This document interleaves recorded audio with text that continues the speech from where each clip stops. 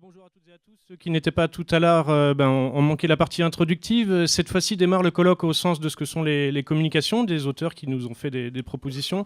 Et on va rentrer dans l'analyse précise de certains des contenus. Vous avez vu ici un panel de ce que vont être les youtubeurs qui sont justement interrogés, et leur production le sont, par nos collègues.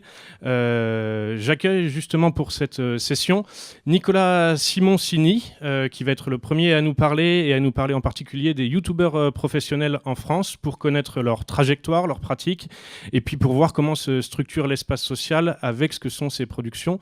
Dans un deuxième temps, vous entendrez Christian Pradier au nom d'une communication collective avec 5 autres de ses collègues pour parler des multi-channel networks, les MCN, dont il vous donnera évidemment les tenants, les aboutissants, les ressorts et les enjeux. Voilà, s'il n'y a pas de questions particulières, je vais céder la parole en premier lieu, je vous l'ai dit, à Nicolas Simoncini pour une communication qui a été préparée avec sa collègue Marie-Jeannot Caminade. Il nous dira, Nicolas, comment ils se sont répartis le travail. Je vous laisse la parole pour nous exposer ce qu'est ce travail, ce qu'en ont été les coulisses, le temps sur lequel il s'est inséré, et puis surtout quels sont ce que vous découvrez et ce sur quoi vous continuez de buter, puisque quand on est chercheur, on n'a pas évidemment toutes les réponses à ce sur quoi on fait des recherches. Merci. Oui, donc c'est un travail qui a été entrepris avec Marie-Jeannot Caminade de l'Institut des sciences du politique. Pour la répartition des tâches, on a fait l'enquête ensemble et on a écrit ensemble. Je ne sais pas vraiment quoi vous dire de plus. Mais je vais commencer directement à entrer dans le vif du sujet. Donc, si les recherches en sciences humaines et sociales sur YouTube se sont multipliées en France ces dernières années, cette journée d'études le prouve encore, peu de travaux ont jusqu'à présent porté sur les individus qui ont fait de la publication de contenu une activité professionnelle. Et pourtant, la mise en place d'un système de monétisation des vues depuis 2006 et la concentration par certains créateurs de centaines de milliers, voire millions d'abonnés ont engendré une nouvelle forme de profession. Généralement définis comme des artistes et des créateurs autonomes à la visibilité et au succès important, et j'ajouterais même tirant la majeure partie de leurs revenus de leur activité sur YouTube. Les youtubeurs professionnels sont ainsi encore mal connus. De quels milieux sociaux viennent-ils ? Comment s'organise leur mode d'entrée sur le site en ligne et dans son espace professionnel ? Et quelles pratiques y mettent-ils en œuvre et à quelle fin ? Donc cette communication entend apporter un éclairage sur ces questions en proposant une étude croisée des trajectoires sociales des youtubeurs professionnels, de leurs pratiques et de la structure de l'espace au sein duquel ils évoluent. Donc pour cette enquête conduite entre 2014 et 2017, nous avons réalisé 10 entretiens semi-directifs approfondis avec des youtubeurs classés dans la catégorie humour et dont la moitié fait partie des 100 youtubeurs les plus détenant le plus d'abonnés en France.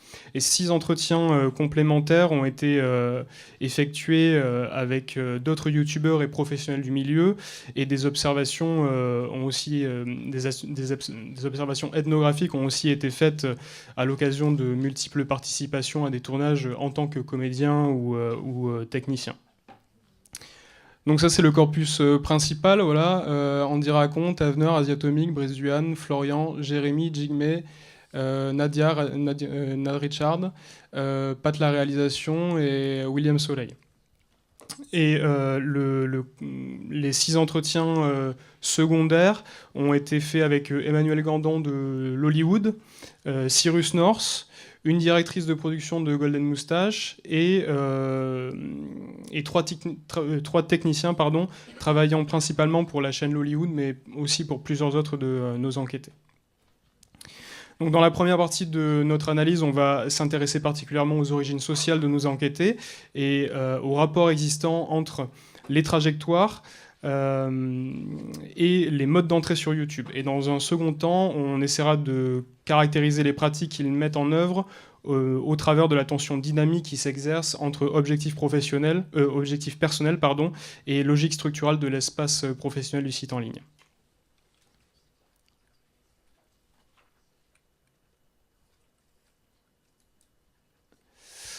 Alors, Les parcours sociaux des youtubeurs sont caractérisés dans leur ensemble par une relative homogénéité. Ils disposent d'un profil qui apparaît comme illégitime pour l'insertion dans le monde de l'audiovisuel. Et la création de chaînes sur YouTube représente ainsi souvent une voie d'accès alternative. Donc quelles sont leurs caractéristiques? Donc voilà, ça c'est ce que je viens de dire. Eh bien, contrairement aux comédiens étudiés par exemple par Pierre-Michel Menger, ils sont davantage recrutés dans les classes sociales populaires et moyennes. Hormis Asie Atomique et Avener, ils possèdent en plus tous le baccalauréat ou un équivalent, et 5 d'entre eux ont suivi des études supérieures.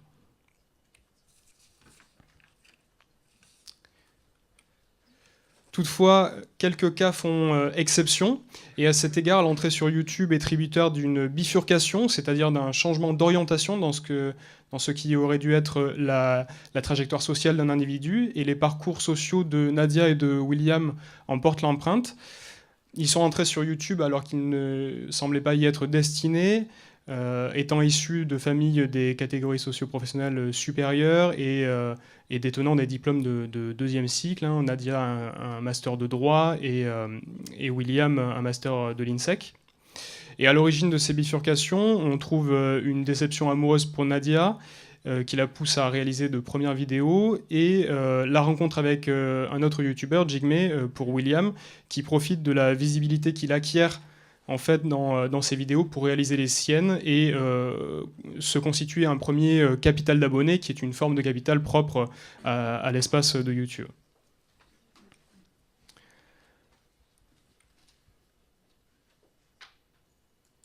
Je vais un peu vite sur les...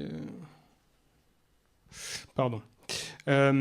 Si nombre des youtubeurs rencontrés établissent une relation directe entre leur entrée sur YouTube et des activités artistiques exercées dès l'enfance, il faut bien plutôt s'interroger en dehors des légendes sur la construction de cette vocation située au croisement de plusieurs espaces de socialisation. Les youtubeurs n'ont pas toujours été sensibilisés au monde de l'art au sein de leur sphère familiale, mais plutôt dans le cadre de loisirs périscolaires avant de publier sur la plateforme en ligne. Et ces pratiques conditionnent souvent leur entrée sur YouTube, où elles sont transformées en capital mobilisable pour des positions à faire. Et donc là, on a l'exemple par exemple de Florian Nguyen qui pratiquait les arts martiaux acrobatiques, qui s'est formé à travers en visionnant des vidéos sur YouTube, il s'est un peu plus formé à ça, et c'est ce qui va le pousser à publier lui-même de premières vidéos. A l'inverse de la majorité des youtubeurs ayant suivi une formation professionnelle dans l'audiovisuel à la suite de leur première publication sur le site en ligne, certains ont antérieurement bénéficié d'un tel apprentissage. Et ce rapport préalable à la technique devient alors le principal motif de leur entrée sur YouTube. Asie Atomique et Brice Duhan, par exemple, ont tous deux été inscrits dans des écoles privées de cinéma. Mais après leurs études, ils rencontrent des difficultés à entrer sur le marché du travail du fait d'une accumulation moins forte d'indices de réputation, c'est-à-dire d'une formation, d'une expérience moins valorisée dans les réseaux de recrutement. Et c'est pour cette raison qu'ils vont créer leur chaîne sur YouTube. Et c'est un ressort profane permettant l'objectivation et la mise en visibilité de compétences valorisables déjà observées chez les youtubeurs amateurs ou chez les joueurs de jeux vidéo. Et je rejoins là d'ailleurs ce que vous dites, ce que vous disiez tout à l'heure en fait sur le fait que voilà, YouTube peut incarner un certain modèle démocratique. Donc là, on a un extrait d'entretien justement sur donc avec Brice Duhan qui dit voilà, si on n'a pas de réseau, tu n'es personne, etc.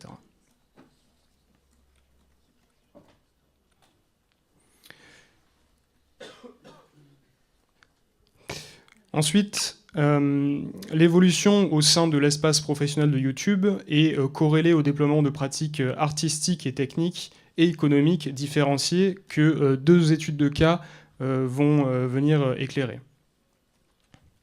Alors Avener, tout d'abord, souhaite devenir acteur de cinéma. Et dépourvu de formation dans le domaine de la comédie, il estime que sa légitimité pour l'obtention de contrats se constituera en même temps qu'augmentera son public sur YouTube et que justement sa chaîne, le site en ligne, symbolisera son CV. Sa rencontre avec le producteur Bruno Lévy, qui a produit les poupées russes, hein, si je ne m'abuse, lui fait intégrer les mécanismes de la domination symbolique exercée par le champ cinématographique sur les autres espaces audiovisuels professionnels, et sa vision de YouTube et de la place qu'il y occupe s'en trouve profondément transformée. Il va changer de concept, hein, passant des caméras cachées à la réalisation d'une web-série dramatique beaucoup plus travaillée, et doté de dispositions nouvelles vis-à-vis de sa pratique, il va tenter de mettre en place l'une des normes qui régissent, selon son opinion, le métier d'acteur, à savoir une forme de mise à distance du public, précisément subversive par rapport à l'ordre dominant sur le site en ligne. La qualité et la quantité de son capital d'abonnés, ainsi que la relation qu'il entretient avec, se trouve profondément bouleversé par cette quête de légitimité externe. Voilà, comme on le voit dans cet extrait d'entretien. Désolé, je passe vite sur les diapos. Alors, en dehors des critères objectifs qui tendent à réinscrire l'action d'Avner dans une logique artistique propre à l'espace au sein duquel il évolue, mais proche de celle qu'on peut retrouver dans le champ cinématographique, c'est-à-dire l'autoproduction, les contenus et les formats expérimentaux. Un autre aspect observable de l'intériorisation des règles de l'autonomie qu'il revendique se révèle encore dans les prises de position critiques qu'il émet à propos des pratiques de youtubeurs opposés aux siennes, tant sur le fond que sur la forme. Son nouveau goût esthétique et technique se constitue ainsi également comme un dégoût disqualifiant pour d'autres formes de production dans une relation d'opposition structurale.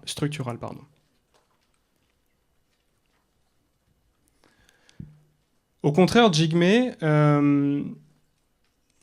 qui perçoit aussi YouTube comme un CV au tout début, va faire évoluer ses pratiques pour maximiser son capital d'abonnés. Il va changer de format, passant de long à court et jouer sur la participation de son public à ses vidéos. Il va s'inscrire dans une logique commerciale dont la finalité est l'affirmation de sa position sur YouTube, l'acquisition d'une légitimité interne à cet espace et la recherche des profits économiques hétéronomes qu'il peut en tirer avec la création de sa propre société, la création de chaînes secondaires. Il va créer une chaîne de cuisine qui s'appelle YouCook, il va créer une chaîne sur Twitch, une chaîne de gaming. Il va multiplier les partenariats commerciaux avec Coca-Cola. Là, ici, on le voit sur la diapositive Europa Park. Et il va aussi commencer à employer des techniciens professionnels qu'il va rémunérer. Donc là, on le voit sur la diapositive, la photo de gauche. Donc là, c'est une équipe de tournage qui est rémunérée cette fois-ci. Ce qui diffère complètement de ce qui était à la base sa manière de tourner, évidemment. Alors ces deux cas, Avner et Jigme, ne représentent cependant que les limites structurelles de l'espace professionnel. La majorité des youtubeurs tend en réalité à occuper des positions intermédiaires parcourues par les deux logiques artistiques et commerciales. Ainsi n'est-il pas rare d'observer, à l'instar des auteurs du champ cinématographique français, certains youtubeurs adopter des stratégies situées à un point d'équilibre entre aspiration à l'autonomie et concession. Et ces effets résultent des conditions de production propres au mode de fonctionnement de l'espace professionnel, étant donné que la présence en son sein dépend de l'exploitation commerciale régulière tirée du nombre de visionnages effectués par le public. Les youtubeurs doivent adapter le contenu à la demande. Et loin de n'être qu'un aspect secondaire de la réalisation, le choix des sujets développés dans les vidéos est par exemple le fruit de stratégies intéressées. Celles-ci sont modulées par le processus de codage décrit par Stuart Hall. Pour produire un discours significatif, il faut préalablement définir les personnes à qui celui-ci s'adresse. Et donc, on va avoir des youtubeurs qui vont sélectionner des faits en fonction du public qu'ils souhaitent toucher. Donc, par exemple, Nadia, qui se destine pourtant au métier d'actrice, eh bien, elle va traiter principalement de thèmes issus de la vie quotidienne, susceptibles de faire sens pour la majorité des internautes qui pourront s'y identifier. puisque appuyé sur des régimes de connaissances socialement partagés. Donc là, voilà, qu'est-ce que ça va être? Le couple, le célibat, la drague, la sexualité. Donc là, on a un exemple de vidéo, j'ai pas d'amoureux, est-ce que c'est normal? Il y en a d'autres, ça va être trouver le love cet été, oublier son ex, pourquoi on préfère les connards, voilà. Donc à cet égard, il est nécessaire de préciser que le choix de ces items répond également à une logique genrée. Le nombre de vidéos publiées par des youtubeuses sur les idéaux genrés et les rapports sociaux de sexe est supérieur à celui des hommes.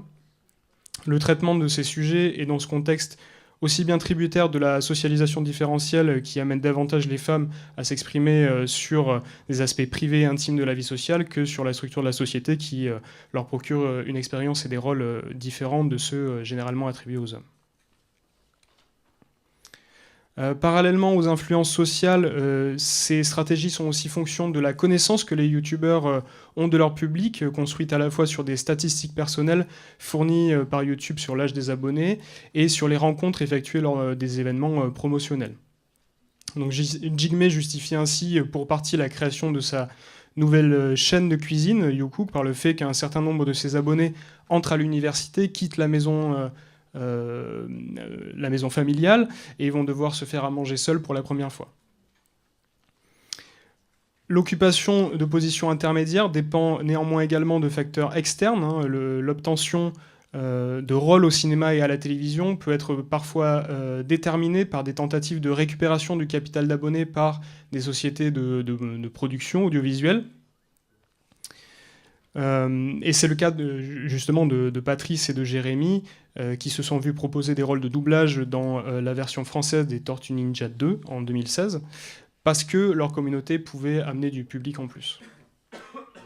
Et donc dans ce cadre, les youtubeurs sont alors amenés à déployer des pratiques entrepreneuriales correspondant aux deux logiques structurales, tournant à la fois des vidéos de type face caméra pour entretenir le capital d'abonnés et des courts-métrages pour leur permettre de faire valoir leur potentiel artistique.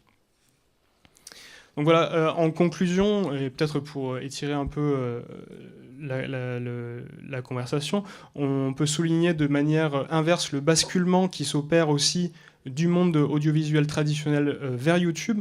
Les propos de Nadia, qui qualifie YouTube de street art du cinéma, sont éclairants à ce sujet.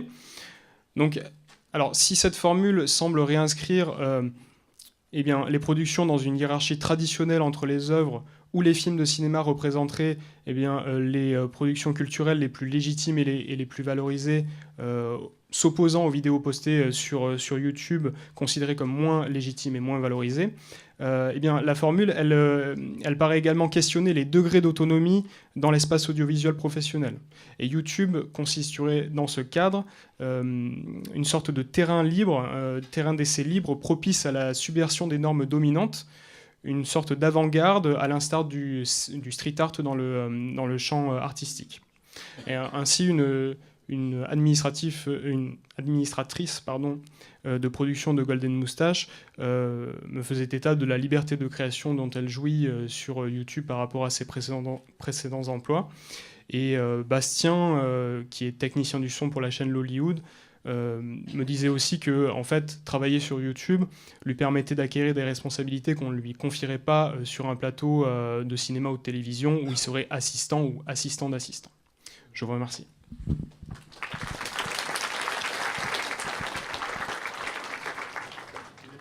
Merci Nicolas. Alors on va pas passer tout de suite aux commentaires qui sont sous la vidéo, aux questions qu'aurait l'audience, mais on va passer à la deuxième vidéo qui est recommandée à droite sur l'écran, à savoir celle de Christian Pradier et de ses collègues. Et du coup, vous l'avez compris, vos questions, vous les réservez à ce que va être le moment après les deux communications, et en particulier dans le sens où elles sont liées.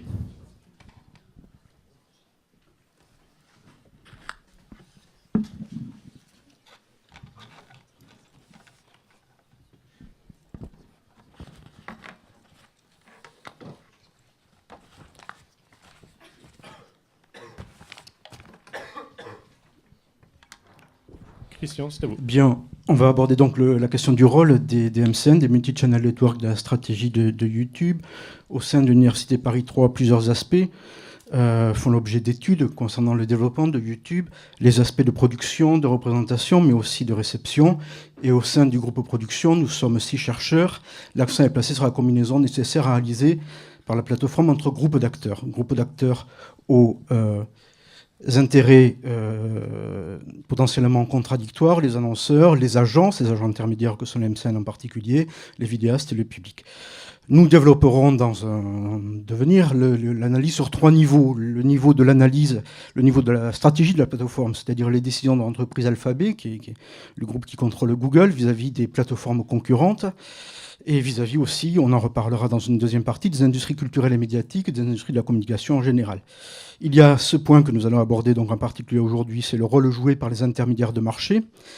On a décrit, je crois, assez amplement finalement ce matin leur rôle, qui est d'accompagner la stratégie créative, mais aussi juridique, technique quelquefois, des acteurs, et évidemment économique, avec les problèmes de monétisation, et la question des revenus qui est tout à fait importante, nous en parlerons. Troisièmement, la nature des contenus diffusés par les vidéastes, qui ont des statuts divers, plus ou moins professionnalisés, qui jouent souvent un rôle d'influence commerciale en tant qu'ambassadeur de marque. Donc cette communication, elle porte sur cette question du rôle des agents intermédiaires que représentent les MCN dans le développement de la plateforme, avec une des hypothèses qui est que l'insertion de l'activité, de l'intervention de ces MCN constitue globalement une rupture avec les formes installées au sein des domaines médiatiques plus anciens, audiovisuels, notamment l'organisation de la filière télévisuelle. Donc du point de vue interne, on peut analyser l'activité de ces MCN comme apportant un complément en amont de celle de la plateforme, utile à sa stratégie notamment de développement, de la monétisation. Il y a la question de la cohérence de la stratégie de MCN et de la stratégie de YouTube. Ce sera la première partie. D'un point de vue externe, on peut aussi remarquer le rôle joué par les MCN, susceptible de contribuer à l'évolution des rapports concurrentiels de la filière des vidéos en ligne, nouvelle filière par rapport aux offres, et notamment l'offre télévisuelle. Le plan de la communication, c'est donc celui-ci, les MCN partenaires de la stratégie de YouTube, avant de voir cette question de la filière nouvelle de l'audiovisuel. Alors, en organisant l'accès à un service de streaming d'un catalogue de vidéos en ligne, YouTube développe une activité s'apparentant au modèle de flow. Mais les œuvres sont conçues comme constituant une offre délinéarisée par rapport à la télévision, c'est-à-dire sans agencement au sein d'une chaîne de programmes. D'où l'intérêt qui apparaît de favoriser l'intervention d'un acteur qui, en amont, s'intéresse aux œuvres publiées remportant le plus de succès pour garantir certains critères qui portent sur la production de ces vidéastes, dont en particulier la régularité de cette production. Ça, c'est l'apport constitué par les MCN. Cet apport s'apparente au rôle d'un éditeur, finalement, comme on en voit dans le domaine de la librairie, tout simplement, capable d'élever le plus possible la densité des flux de production du vidéaste, comme il y en est question pour l'auteur d'œuvres de fiction, par exemple, de romans, de manière à valoriser sur YouTube l'usage de la fonction d'abonnement. Si on s'abonne à un flux le plus régulier possible, le plus dense possible, un auteur qui fait partie de cette plateforme. Donc les deux propriétés de la plateforme, c'est d'une part de proposer un développement extensif, le plus de vidéos d'auteurs possible, c'est ce que fait la YouTube. Et pour ce qui est des MCN, un sens intensif d'intensifier encore une fois le flux de production. C'est de la s'articule avec une cohérence pour favoriser l'élévation de l'audience globale accordée à la plateforme. Donc l'intervention des MCN s'apparente donc au modèle éditorial en amont qui se combine avec la nature de l'activité de la plateforme en aval qui, elle, est apparentée au modèle de flow. Il y a un inconvénient de cette organisation avec un nouvel intermédiaire, donc il devient plus complexe, qui est d'entraîner une répartition supplémentaire de la recette publicitaire, puisqu'elle devient la partagée entre 3 intervenants, vidéastes, MCN et plateforme. On peut approfondir les logiques sociales communicationnelles et une notion que nous allons voir d'économie plurielle, des échanges de vidéos en ligne. Parce que d'abord, il existe une logique de concentration de l'offre, que des économistes comme Jean Tirole, par exemple, le prix Nobel français, a développé. L'idée de dire qu'il y a une tendance monopolistique naturelle lorsqu'on a une plateforme numérique qui est liée à cette nature d'activité organisée donc avec une convergence à la fois du public et de l'offre. Autrement dit, à la fois public et offreurs de contenu ont en effet intérêt à s'adresser à un opérateur unique au carrefour de leur rencontre pour se trouver en mesure d'accéder réciproquement à la quasi-totalité des offres pour le public et du public potentiel pour l'offre. Cet effet est de nature à se renforcer de plus dans le temps, et YouTube pour l'instant suit cette stratégie évidemment, et l'obtient, cette position quasi monopolistique du point de vue national mais aussi international, c'est important à remarquer, sauf si la stratégie de la plateforme conduit à écarter une partie du public ou de l'offre de la vidéo. Il y aurait là des offres alternatives susceptibles de se développer. C'est une première contrainte, une première force, mais aussi une première contrainte. Et on peut aujourd'hui voir à la suite de cela que la diversité des œuvres que YouTube réunit dans une offre donc concentrée correspond malgré tout à une variété de logiques sociales communicationnelles. Quelles sont ces logiques sociales communicationnelles? Laurent Salard a beaucoup introduit ces figures différentes qu'on va retrouver là. On peut dénombrer principalement, il me semble, 4 positionnements socio-économiques qui correspondent à ces logiques sociales communicationnelles variées. La première, celle de vidéastes militants. Lorsque une chaîne d'œuvres vidéo est proposée sans que soit recherché un procédé de monétisation, la participation du youtubeur étant autofinancée ou financée à l'extérieur de la plateforme. Premièrement. Deuxièmement, lorsque le vidéaste est subventionné, c'est-à-dire la chaîne d'œuvres est proposée avec en outre l'invitation adressée au public de participer à une collecte sous forme de financement participatif, de crowdfunding, organisée par le recours à une autre plateforme. C'est important à noter que c'est une plateforme pour l'instant essentiellement différente, sans que cela ne constitue cependant une condition d'accès, donc c'est un acte volontaire du public. Troisièmement, vidéaste commercial, lorsque la chaîne d'œuvres est proposée sur la plateforme en bénéficiant des possibilités du financement apporté par des procédés de monétisation organisés par YouTube, et là interviennent ou les MCN de façon facultative, mais en tout cas c'est à ce stade-là qu'ils sont susceptibles d'intervenir, pour des insertions publicitaires ou pour l'organisation de placement de produits. Enfin, un cas plus poussé en un sens dans cette voie de recherche de monétisation, celle du vidéaste influenceur, lorsque la chaîne d'œuvres du vidéo est proposée sur la plateforme en bénéficiant parmi les procédés de monétisation de la contrepartie de contrats portant sur la représentation commerciale de marque. Le youtubeur recherche l'objectif d'obtention d'une audience et d'une influence qualitative exercée envers cette audience pour le renforcement de la popularité des marques. Là, il y a le concours de MCN, mais aussi d'autres agences proches des professions publicitaires ou émanant directement d'elles pour la conception de ces campagnes d'influence. Ce qui fait qu'on peut organiser cela avec un tableau, autofinancement en haut à gauche et puis en dessous subventionné, commercial influenceur. Nous avons pris les exemples de Mélenchon qui ne fait pas exactement la même chose qu'Orangina, ça ne m'a pas échappé, mais ça secoue, mais la logique est donc un financement à l'extérieur. Et là, lorsque je parle d'Orangina, c'est des œuvres de création, puisqu'Orangina développe en particulier un creative content, comme on dit. Usul, on en a parlé ce matin, Tatania Ventose, est connu aussi pour avoir un public qui subventionne via Tipeee, Commercial Natou et Norman, et Squeezie dans le monde des jeux vidéo, Sanana pour ce qui est du monde de la beauté, sont des personnalités aussi proches là de marques. Donc c'est une typologie de vidéastes qui participe de ce point de vue, compte tenu de cette variété de positionnement socio-économique, à quelque chose qui est intéressant, me semble-t-il, parce que se présentant sous la forme d'une économie plurielle de la vidéo en ligne, et peut-être que dans la discussion on y reviendra, mais je ne sais pas si finalement dans le domaine de la presse, dans le domaine de l'audiovisuel, on a cette possibilité dans un même accès, dans la même organisation d'accès, d'avoir cette économie plurielle, ce qui fait que là il y a un enjeu. C'est une complexité supplémentaire dans les conditions de développement stratégique de la plateforme, mais ça peut devenir aussi une contrainte parce que les facteurs de réussite de la préservation des diversités, si elles veulent rester en monopole, dépendent aussi de l'environnement constitué par les plateformes de financement participatif. Pour l'instant, c'est une réalité qui est plus parallèle qu'intégrée. Les MCN, qui sont dans une filière, on va justement y venir maintenant, avec les professions publicitaires et donc des possibilités à l'avenir d'équilibre maintenu ou de déséquilibre qui nuiraient à cette économie plurielle.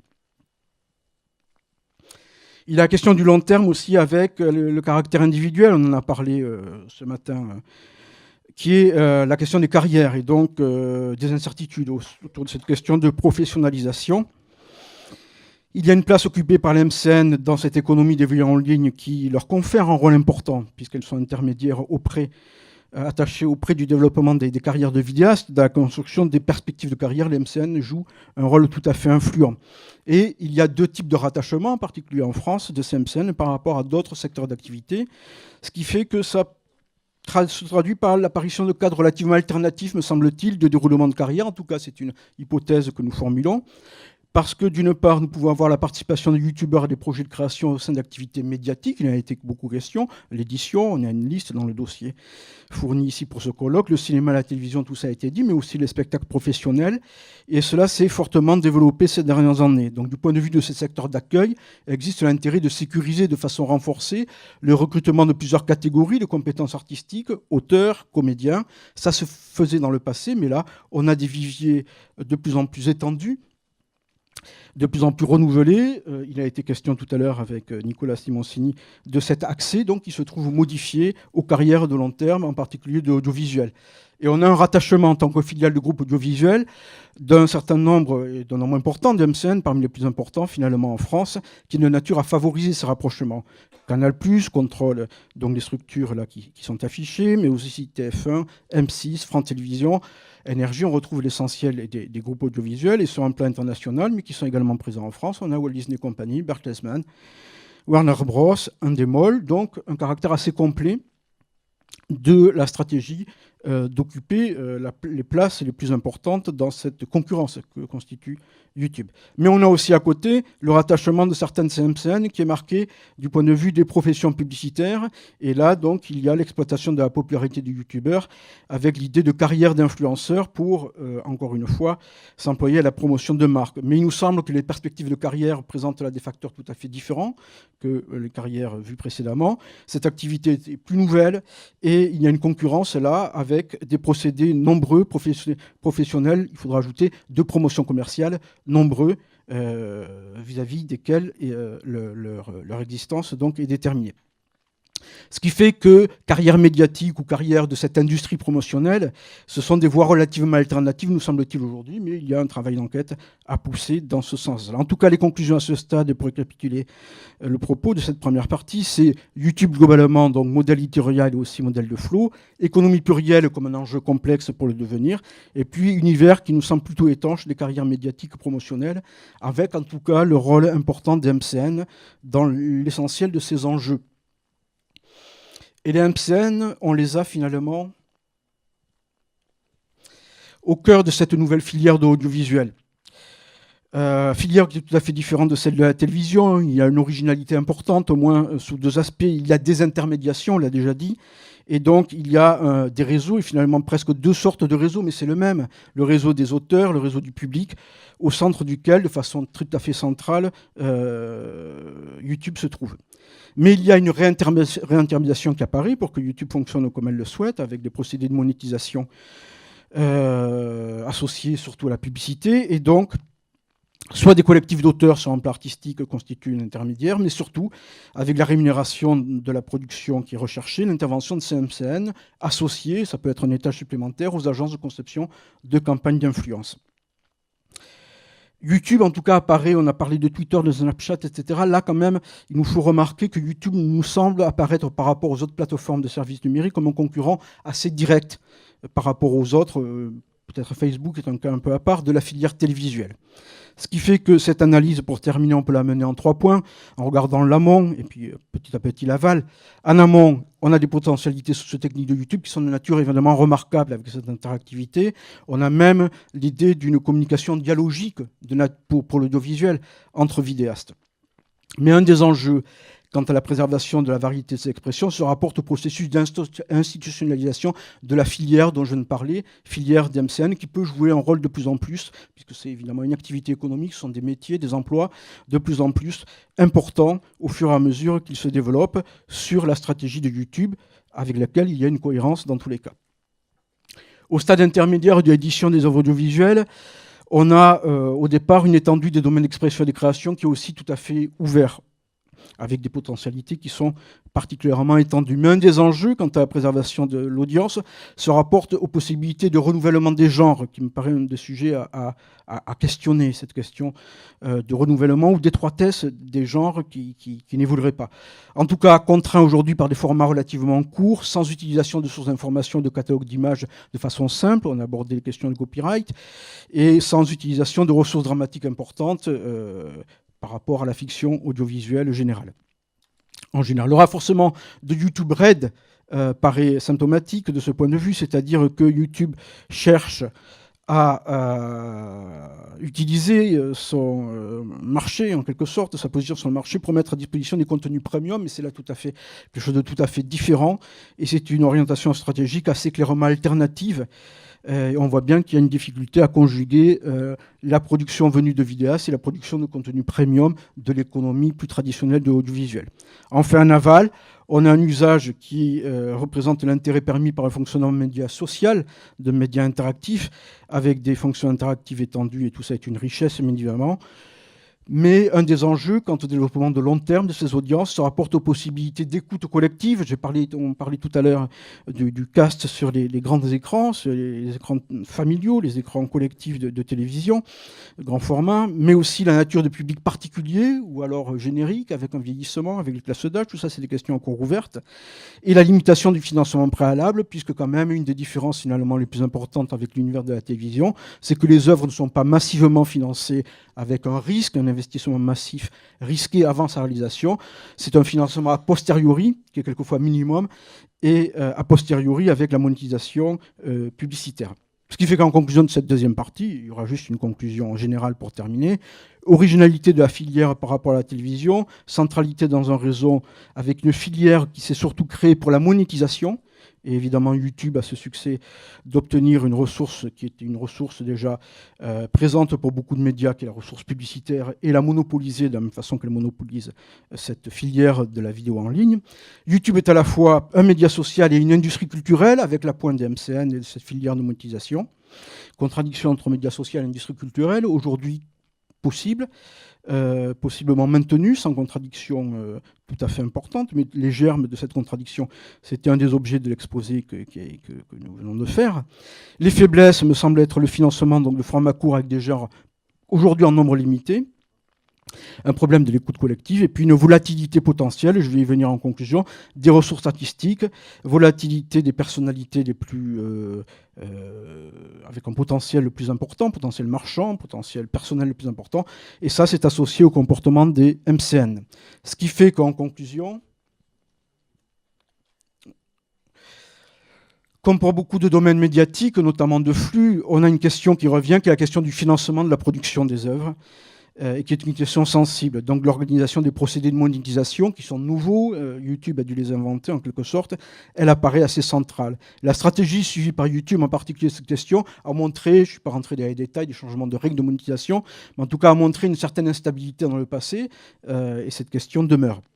Du point de vue interne, une difficulté dans la mise au point des règles de monétisation, elle découle de la nécessité de garantir une qualité de création compatible sur le plan d'une déontologie de l'expression avec les attentes des annonceurs. C'est une contradiction qui est développée par d'autres membres de notre équipe production. Et d'un point de vue externe, la concurrence avec les autres médias audiovisuels et le spectacle vivant amène à pouvoir disposer de l'apport durable dans le devenir de YouTube, des compétences artistiques les plus recherchées. Finalement, une première phase du développement de YouTube, dans le passé récent, les MCN représentaient un intérêt décisif en contribuant de façon centrale à une fidélisation des vidéastes, au succès le plus affirmé, et à l'adoption par eux des procédés de monétisation qui étaient prévus par YouTube. Mais dans une phase ultérieure, maintenant, la situation globalement des MCN, au carrefour de la nouvelle création vidéo en ligne et de l'ancienne création télévisuelle, les place dans une position particulièrement stratégique quant à l'orientation à venir de l'emploi de ces compétences artistiques qu'elles conseillent, qu'elles guident et qui sont capitales pour elles, plus ou moins bénévoles, plus ou moins rétribuées, au sein d'un ensemble médiatique devenu plus complexe, au centre desquels, télévision et vidéo en ligne, les MCN se trouvent. Merci.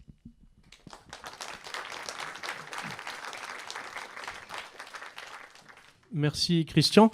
Alors vous l'avez senti, ce qui lie les deux communications que vous venez d'entendre, c'est évidemment la dimension socio-économique. Quels sont les agents qui introduisent la rémunération et qui en profitent, et vous avez senti malgré tout le pont fait entre les deux communications sur ce que deviennent les youtubeurs, entre ce qu'ils sont initialement quand ils s'inscrivent sur la plateforme et ce qui va dans leur trajectoire et leur profil les amener à se professionnaliser.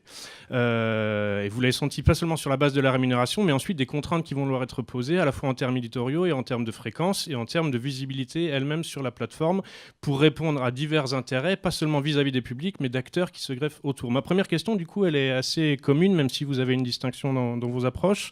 C'est le fait que ces youtubeurs démarrent de façon solo, sur une production, et pour la partie la plus caricaturale dans leur chambre en réalité, y compris en termes techniques, même si certains arrivent à soigner, et vous l'avez dit, certains ont fait de l'audiovisuel, certains autres non. Ils démarrent sur une production solo et ensuite ils sont amenés, le succès venant et les acteurs périphériques étant intéressés par ça, à avoir une équipe technique plus étoffée. Je voulais savoir, par rapport aux entretiens que vous avez menés avec votre collègue Nicolas, comment les youtubeurs relatent ce passage à un moment ou à un autre d'un monde un peu plus amateur à un monde plus professionnel. Qu'est-ce qui les amène à ça? Et du côté de Christian et de vos collègues, en quoi il y a une incitation de la part de la plateforme et des MCN à les amener vers ça, si l'on peut considérer qu'entre guillemets il y a une intention d'abord individuelle, mais que pour certains autres cas ils sont plus récupérés par les MCN. Tous les micros fonctionnent. Oui, alors le passage de l'amateurisme au professionnel, il s'opère souvent, enfin moi ce que j'ai vu dans les entretiens, c'est souvent, en fait, c'est l'arrivée sur YouTube de sociétés de production, Golden Moustache, Studio Bagel, qui vont en fait les inciter à vraiment se professionnaliser, parce que eux, en comparaison, ont des moyens gigantesques. Et donc c'est vraiment ça qui va... Donc les fameuses MCN, Multi-Channel Networks qu'évoquait Christian. Mais sur ce passage, juste pour continuer malgré tout, et on va entendre Christian, sur comment est-ce que c'est une visée qu'ils ont? Est-ce que ça vient en fonction de l'évolution de leur chaîne et du nombre de vues? Selon le créneau éditorial qu'ils occupent, comment se fait ce glissement et quelles sont les contraintes qu'ils évoquent que ça apporte? Parce que c'est une chose de devoir produire seul, c'en est une autre d'avoir une équipe technique autour, pas que technique d'ailleurs. Bon, alors déjà, il l'évoque dans les entretiens? Oui, bah, déjà il y en a qui ont une vraie vocation artistique, hein, qui ont envie aussi de se faire plaisir. Voilà, ils sont passés par des écoles de cinéma, etc. Ils veulent devenir acteurs, ils ont envie de faire quelque chose de plus esthétiquement poussé. Ils ont envie de mieux se faire valoir aussi, donc il faut produire quelque chose de beaucoup mieux, en fonction évidemment de ce qu'on vise, hein, donc des objectifs professionnels qu'il va y avoir derrière. Est-ce qu'on a envie de rester sur YouTube? Est-ce qu'on n'a pas envie? Même quand on a envie de rester sur YouTube, il faut se mettre au niveau des autres. Donc j'en parlais, je crois, avec Jérémy il n'y a pas si longtemps, qui me disait, mais en fait, tu peux plus entrer sur YouTube aujourd'hui comme tu y rentrais il y a 5 ans.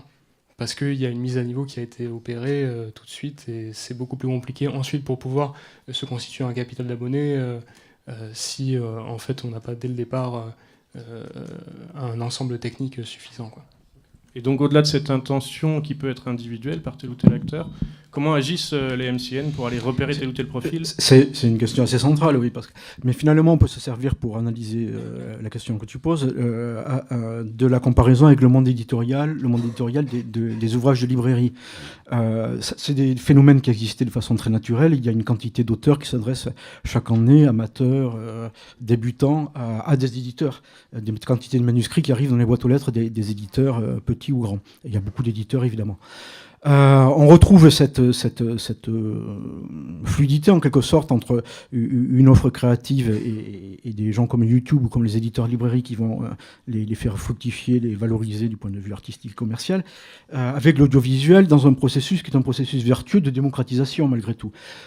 C'est pas pareil d'écrire avec un simple stylo et un papier, ce que tout le monde peut se permettre, et évidemment de faire une œuvre vidéo. Mais on peut se féliciter du fait que les progrès techniques ont permis que tous les aspects de la chaîne technique ont évolué vers des choses simples. La caméra est devenue un simple smartphone, les logiciels de montage sont devenus des logiciels disponibles sur PC, et on pourrait presque dire l'accès à des catalogues vidéo était sûrement difficile aujourd'hui, il devient de plus en plus facile avec Internet qui permet d'accéder à des catalogues distants en ligne. Donc, il est possible de devenir réalisateur, et on a presque une convergence de la facilité de l'écriture, encore une fois écrite, avec l'écriture maintenant audiovisuelle. Cela dit, ça peut être intimidant et ça peut être mobilisateur. Ce qui fait qu'il y a pour l'instant, pour résoudre ce problème-là, il y a 3 stades qui ont l'air efficaces, donc je répondrai que ça se passe malgré tout sans trop de difficultés, je crois. Et c'est pour ça qu'on constate quand même un effet quand même dans la population jeune qui est un effet massivement réussi de passage du public non actif à un public qui devient actif et vidéaste. Et personne, je crois, pour l'instant, ne s'est trop plaint de ça. Pourquoi? Parce qu'il y a 3 étapes. La première étape, c'est d'accéder au YouTube Center, au YouTube Studio, etc. C'est-à-dire ce sous-sol qui est dans le 9e arrondissement mis à disposition de YouTube, où si on n'a rien, eh bien, dans une dizaine de villes, grandes villes dans le monde, YouTube met tout à disposition, même le canapé, évidemment. Deuxième, c'est lorsqu'on passe un stade vers la professionnalisation, vers une plus grande habitude de production, c'est d'employer des intermittents, soit des camarades de promotion. Et là, peut-être joue quand même le fait qu'évidemment les BTS vidéo, etc., se retrouvent en majorité. C'est non seulement le fait que la personne a une première aptitude, et c'est un peu moins intimidant, mais il peut aussi mobiliser des collègues, comme des écoles de cinéma. On fait des courts-métrages avec les autres collègues de la promo. Et enfin, il y a le rôle d'MCN, ce qui fait que ça fait 3 marche qui existe et qui fait que ça se passe, c'est-à-dire on a un public jeune qui peut devenir une petite nation de vidéastes aujourd'hui. Et YouTube évidemment a intérêt à ça. L'articulation entre YouTube et l'MCN est au cœur de cet aspect. Dans le texte préparatoire au colloque, vous allez plus loin dans le sens où ça s'accompagne pas pour ces MCN uniquement d'équipes techniques au sens audiovisuel du terme. Il y a la partie qui concerne l'éditorial et même une autre partie que peuvent négliger ceux qui se lancent, c'est le juridique.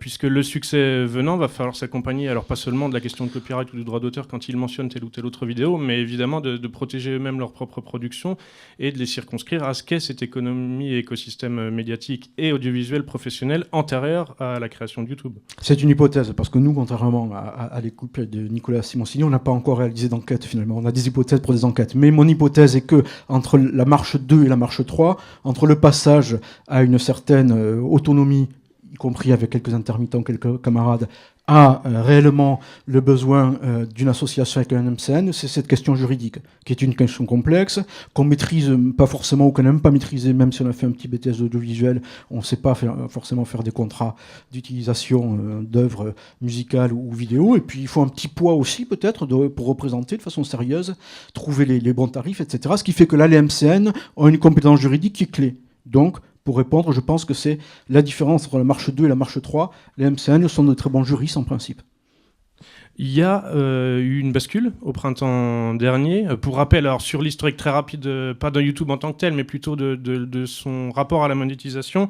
Pour rappel, la chaîne le YouTube est lancé en 2005, au bout d'un an et un peu moins en réalité, un petit peu plus, pardon, 1 an et demi en octobre 2006, il est racheté par l'entité Google avec une petite précision. C'est une des rares filiales de Google qui ne porte pas le nom Google dans son intitulé. Donc ils ont conservé YouTube contrairement à d'autres applications, Maps, etc., etc.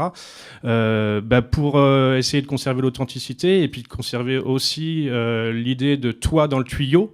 L'appellation est beaucoup plus forte quand on est anglophone pour comprendre ce qu'est YouTube, contrairement au champ français.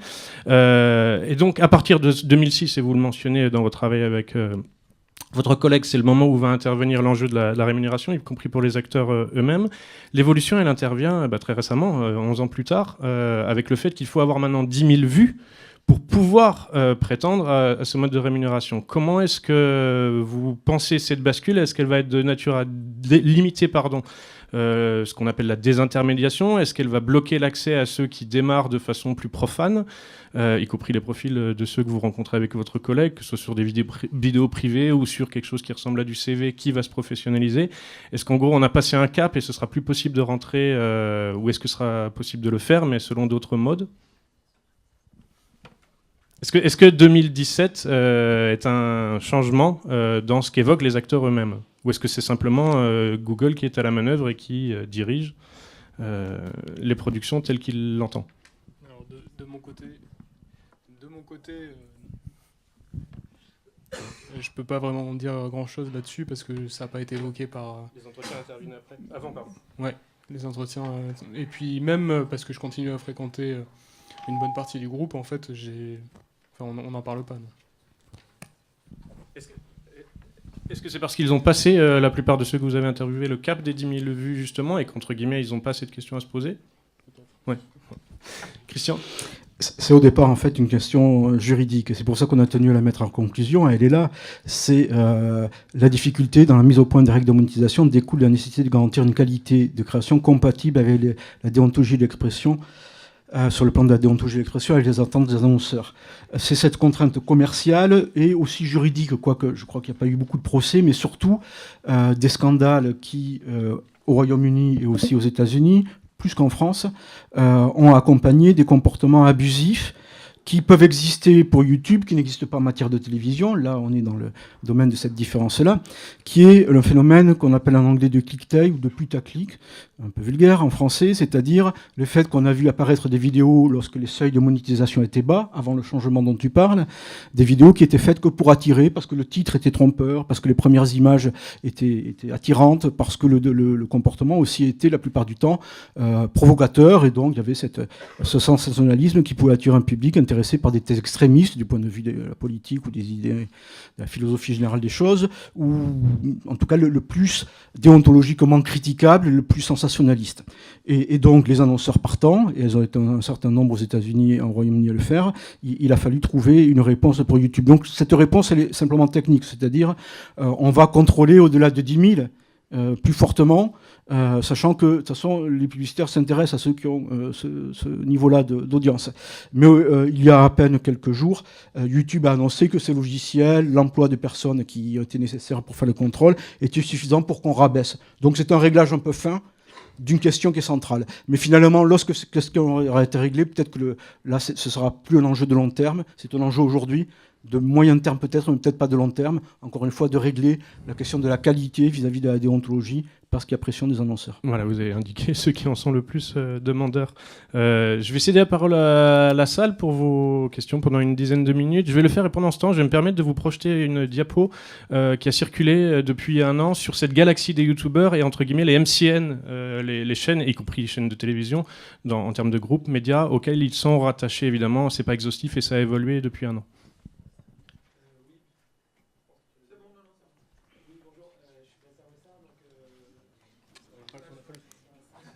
Il est mute. Enlevez la flèche.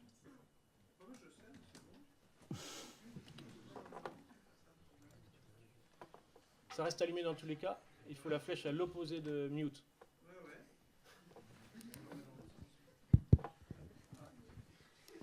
Oui, bonjour. Je suis Bastien Louessard, donc je fais aussi une recherche sur les profils des youtubeurs. Moi, je reste cet après-midi. Mais je voudrais juste intervenir en précision avec ce que vient de dire Christian Pradier. Effectivement, c'est essentiellement une question technique, le changement de palier de YouTube. Et ça ne change pas grand-chose parce que les 10 000 vues, elles sont cumulées finalement. Et ça peut très bien être 10 vues sur 1000 vidéos et ça suffira aussi. C'est juste l'idée de faire une vérification humaine pour calmer les annonceurs qui avertiraient toute leur publicité. Donc pour la plupart des youtubeurs, c'est pas vraiment un frein à l'entrée. À la limite, le YouTube Space peut l'être beaucoup plus parce qu'il y a un palier de 1000 abonnés, de 10 000 abonnés qui peut faire qu'on accède aux formations puis au studio. Les 10 000 vues, ça reste très anodin pour la plupart des créateurs, je pense. Notamment pour ceux qui sont dans une logique professionnelle où rester à des centaines de vues n'est même pas envisageable, je pense, sur le long terme. Voilà. Et les négociations préalables à cette barrière ont été celles de savoir s'il devait poser une limite au nombre d'abonnés, ce qui évidemment aurait été excluant, oui. Discriminatoire. Mais par contre, pour le coup, le CNC, dans son aide, a mis un palier d'abonnés. Parce que là, c'était plus une notoriété pour éviter justement que tout le monde puisse faire des vidéos en masse. D'autres questions ?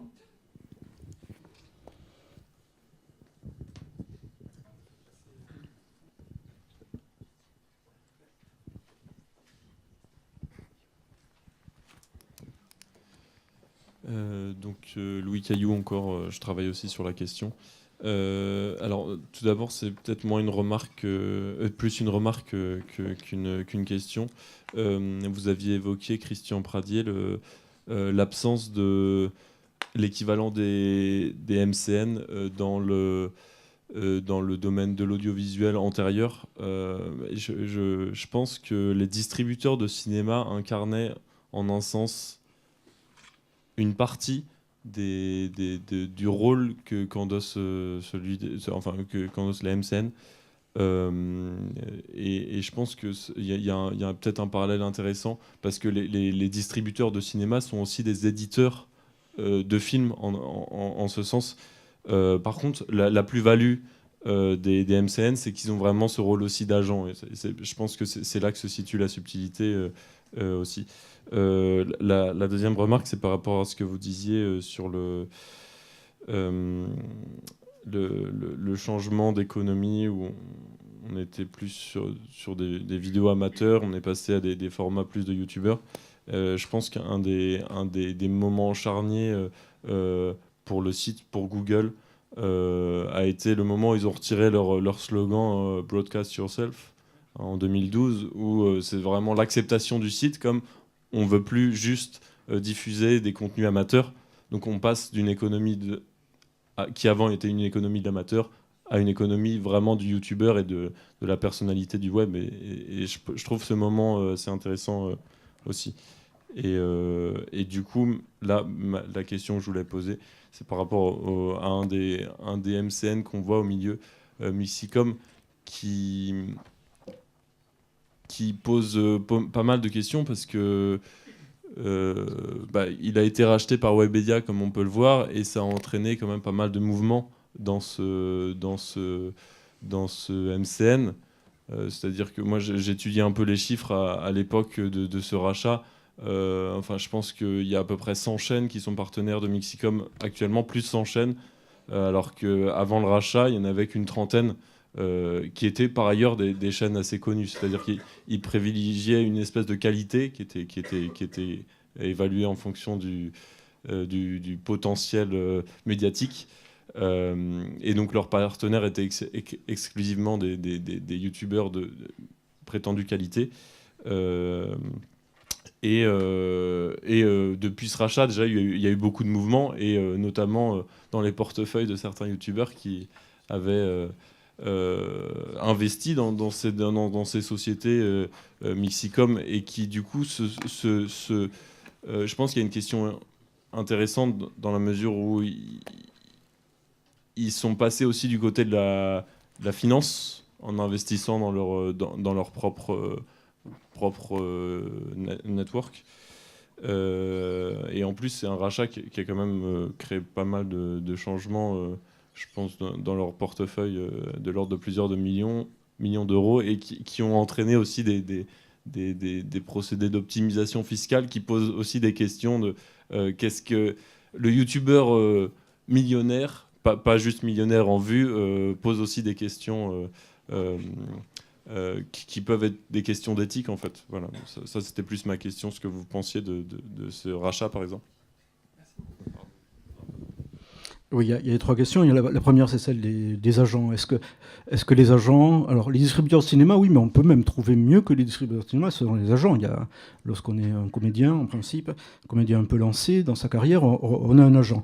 Cela dit, c'est quand même différent de la mesure où l'agent vient souvent lorsque la carrière est vraiment une carrière tout à fait lancée. Il y a quand même un seuil, il me semble, parce que les MCN font de la prospection, il y a un seuil plus bas, et des MCN qui sont, pour aujourd'hui, mais ça peut changer, qui sont aujourd'hui plus accessibles pour se lancer. Lorsqu'on est comédien et qu'on est dans un cours de théâtre, il y a cet effet qui n'est pas en ligne, qui change lorsqu'on est sur Internet. C'est encore une fois la communication à distance Internet qui fait qu'on peut plus rapidement être repéré. Mais ces gens existent. Zelig, par exemple, c'est non seulement un agent pour l'audiovisuel de comédien, mais aussi de réalisateur, c'est-à-dire que l'audiovisuel, c'est évidemment le cinéma et la télévision sont organisés sur cette idée-là. Webedia, deuxième question, et avec Mixicom, représente finalement le seul en France dans cette cartographie qui ne dépend pas d'un groupe audiovisuel. Le groupe qui est bâti par Marc Ladré de la Charrière là est un groupe plutôt bâti sur une nouvelle communication numérique.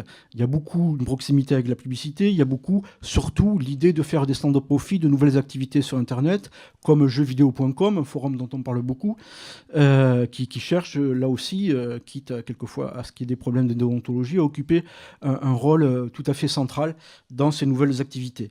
Et donc là, il y a les activités de youtubeurs en tant qu'influenceurs, c'est-à-dire proches des carrières publicitaires qui sont là aussi promues, ce qui fait qu'on a 2 univers. C'est quelque chose qu'on essaiera de valider dans les enquêtes, cette fois-ci enquête non plus auprès des youtubeurs mais évidemment des MCN. C'est l'idée de comportement différencié entre ceux qui sont les filiales de groupes audiovisuels et qui, avec le raisonnement que j'évoquais tout à l'heure, cherchent à prémunir une concurrence plutôt que de se laisser concurrencer par quelque chose d'évidemment grandement poussé par un potentiel. On cherche à le racheter et comme ça on bénéficie de toutes les évolutions quelles qu'elles soient. Pour Webedia, c'est différent, encore une fois. C'est un centre de profit qui, pour l'instant, d'après les comptes de Webedia, est peut-être problématique parce que ce n'est pas si facile que ça. Mais dernièrement, sur cette idée de Google, troisième question qui est un peu abandonnée, moi je dirais, pour terminer là, vis-à-vis de tout ce panorama, c'est peut-être la difficulté principale de YouTube. YouTube peut apparaître comme le réseau d'une présence d'un nombre important d'amateurs mais ils ne sont pas beaucoup à être monétisés. Ça a été le cas du premier âge de YouTube, avec le do-it-yourself. Là, il a évolué vers une masse, ils sont contents de dire la centaine de personnes qui ont plus d'1 million, etc. C'est le succès qu'ils ont obtenu, qui est évidemment tout à fait important. De gens qui sont, pour l'essentiel, de cette centaine, etc. Donc il y a toute une hiérarchie, en quelque sorte, monétisée, mais on ne va pas vers une excellence qui fait qu'on aurait quelque chose qui serait comparable à Brut, qui est, par exemple, une des offres en matière d'information sur Internet, ou Tink, qui est une des offres intéressantes en matière de documentaire. Et pourtant, le documentaire, c'est quelque chose qui pourrait être, qui est un peu présent, mais qui n'est pas comme produit principalement au départ destiné à YouTube. Et, ou Netflix en matière de fiction. C'est-à-dire qu'il y a deux mondes de l'Internet. Il continue à avoir le monde amateur, semi-amateur, semi-professionnel, mais pas plus, qui est celui de YouTube, et le monde professionnel, qui est celui de l'information, du documentaire et de la fiction. Et ce ne sont pas eux qui le représentent. D'où la stratégie avec YouTube Red, qui n'est pas encore présent en France, mais qu'il faut regarder de près aux États-Unis. Merci beaucoup. Une dernière question et remarque. Merci. Guillaume Hydro, je suis co-auteur et producteur des Médias Presque Parfaits et coordinateur des rencontres pro du festival Frames. Je voulais juste faire une petite remarque et peut-être une précision, donner une précision quant à la question précédente qui avait été posée sur les paliers d'abonnés. Je pense que pas du tout, les paliers d'abonnés au-dessous de 10 000 abonnés sont très très concernés par la question d'une forme de reconnaissance et de principe de monétisation, enfin de recherche de modèle économique. Pour apporter une précision quant à la position du CNC vis-à-vis des paliers qu'ils ont posés sur leur offre de subvention pour les créateurs, Monsieur Neutre, qui était donc présent aux rencontres pro de Frames, a précisé qu'ils étaient un peu obligés de poser une forme de limite, ne serait-ce que pour le traitement administratif des possibilités d'accompagner les créateurs, et qu'ils étaient tout à fait conscients qu'une très grande majorité de chaînes étaient en dessous de ce palier-là, et ils ont proposé de le faire comme ils font déjà dans le subventionnement des créations de type court-métrage, proposer de créer des prix dans certains festivals pour pouvoir accéder à la subvention sans atteindre le palier des 10 000 abonnés, puisque ça concerne beaucoup de chaînes, notamment sur les contenus de vulgarisation scientifique et d'apport culturel. Voilà. Merci pour cette précision. On va clôturer là la session des premières communications en vous remerciant, Nicolas et Christian, en vous remerciant pour vos questions. Et on vous retrouve en début d'après-midi à 14h30 pour une session sur les booktubeurs et booktubeuses. Merci à vous.